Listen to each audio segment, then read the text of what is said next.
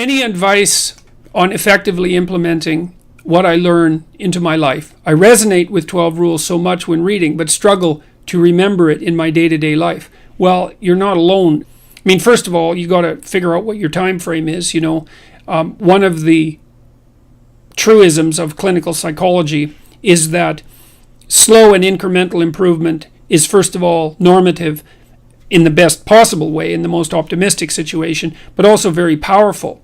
And so, of course, you struggle to remember it in your day-to-day life, because life is difficult, and it's harder to do things than not to do them, and it's harder to do them well than to do them badly. And it's easy to sit around and be hopeless. I don't mean it's emotionally easy, because it's not, but it's procedurally easy to be useless and to fall back into your old habits and to not discipline yourself. And it's a matter of continual practice, slow continual practice. And I think a good example of that is something like weightlifting. If you start a weightlifting program, which I would recommend, by the way, because it's tremendously advantageous physically and cognitively, you're not going to really see results for a number of weeks, and then the results are rather slow, but you can get pretty decent results over a 6-month period and absolutely stellar results over a couple of years. And so you have to make sure your time frame is right and not to be too hard on yourself. And one of the things I would recommend too is, if you're having a hard time implementing your decisions, say your ethical decisions, that you spend a bit more time thinking them through and writing them down. And the Future Authoring Program is really helpful for that. That's why we designed it.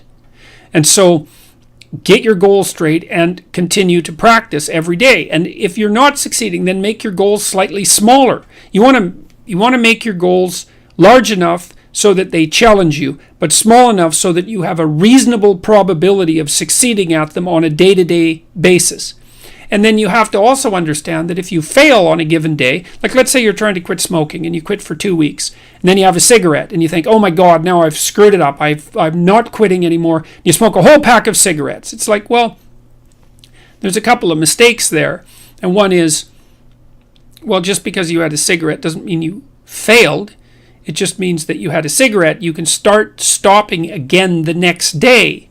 And the fact that you had one cigarette in the last 2 weeks is a hell of a lot better than the 2 weeks that you had before that. And so you've got to be realistically humble. You've got to be ambitious enough in your goals so that you're pursuing something that you regard as truly meaningful and worthwhile.